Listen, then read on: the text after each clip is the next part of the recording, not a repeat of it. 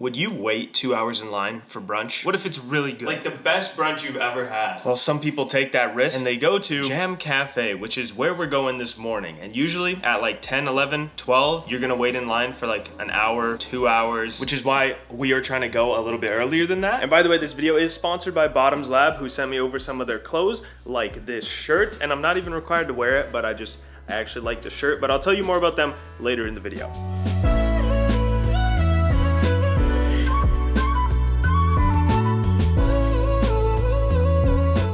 Someone said in a comment recently that I eat out a lot, but to be honest, I don't think I do that much. It's more like whenever I go somewhere, I want to show like people watching the videos, like the places that we go to and stuff. So it's an opportunity to make it a business tax write-off. Also, my girlfriend hates when I say this, but I think cooking is probably just like the biggest waste of time. And if you spend 90 minutes, let's say, making food, going shopping to make dinner, or you could spend 30 minutes just getting food, buying food, and spend $15. Then you save an hour. So it all comes down to if an hour of your time is worth $15. Thoughts? I don't like cooking either. There's the line. Oh boy.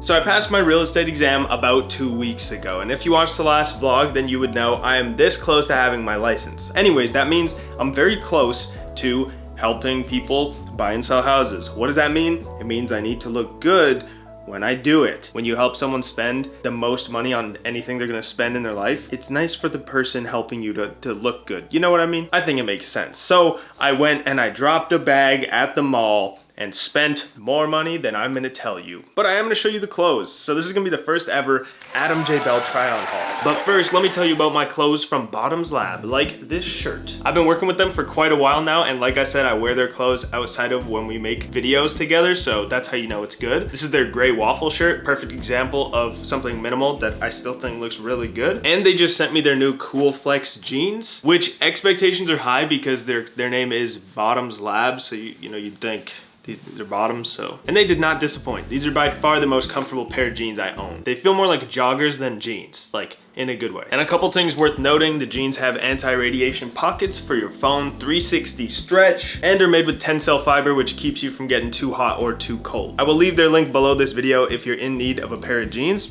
I recommend them. My idea is like, you wanna look good as a real estate agent, of course, but also there's a point where I think sometimes you look like you're trying too hard, like an all black suit, you got the tie, you got the watch, you got like, it's just a little too much. Like I think there's just something nice about being casual. So I grabbed a few pairs of shoes, you know, black dress shoes. I think they're called tuxedo shoes. Some brown ones, of course. And then I also bought some just like plain white shoes. Like these are sneakers, but they're like leather. There's no logos, there's nothing. I think these would still look good. Like they still look professional, you know? They don't look like I'm trying too hard. Some realtors are t-shirt and sandal realtors. Some of them are the full suit, you know? I like the in between there. I saw a video of Steve Harvey and he's like, you should get one suit this color, one suit this color, and then everything will just mix and match. You know, you buy 4 suits, they're all neutral colors, and you can mix and match everything as long as they're the same fabric. So that's what I did. I went out and I bought like 2 full suits, 2 different colors, and then I bought a bunch of different dress shirts that just go with those colors. Man, I'm happy with what I bought. That was your show. That was your show. What'd you think? If you don't like something, you don't like this shirt, tell me. Tell me you hate this shirt in the comments, or tell me you love it. I don't know. And with buying a bunch of new clothes comes selling or getting rid of old clothes. So that's what I'm gonna do now, list some stuff on Facebook Marketplace, including this, which I know some of you aren't gonna be happy about. But I've worn this for 2 Halloweens now, so I think I've used its value up, you know? Can't wear the same thing for Halloween 3 times. And I got some older suits that I wanna sell. Maybe it's since I live in a big city or whatever, but Facebook Marketplace has literally made me like probably thousands of dollars. I mean, obviously you have to have stuff to sell, but still, I give most of it away, but stuff like a Halloween costume or a suit, like, I'm definitely gonna sell this. Since there's so many people in the city, like I never have to deliver them. You know, there will be someone who wants this. Believe it or not, there will be someone. Now I just gotta decide how much they're worth and make some monies.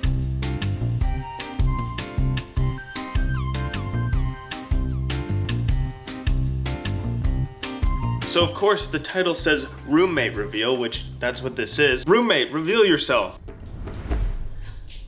This is Christina, my sister. Obviously you were already in a couple videos and in this video earlier when we went to Jam Cafe. Obviously living with your sibling is not very glorified, we'll say. I'd say we get along 99.9% of the, or maybe 99% of the time. Not 100% of the time, but that's okay, because she's moving out soon anyways. But what's your favorite color? Blue. Blue, favorite color. You have your master's in urban planning, right? Yeah. There you go, now you know a little bit about her. Christina is moving out soon, so I will have a new roommate. You may know who they are, you may not, but that'll be in the coming months, so. I was looking at the calendar the other day and I realized that almost exactly today, 2 years ago, was my last day at my video game development job, my 9 to 5, or as I like to call it, my 9 to 9, because I work so many hours. I do not miss that. I do not miss that. Something a lot of people don't know unless you were here from the very beginning is that this channel started as a personal finance channel. That was my idea. My slogan was adamjbell, helping the new generation make and save more money. I had it all figured out. And I created the channel in the first place because I was like, I want to quit my job. But then I realized you can't quit your job when you don't have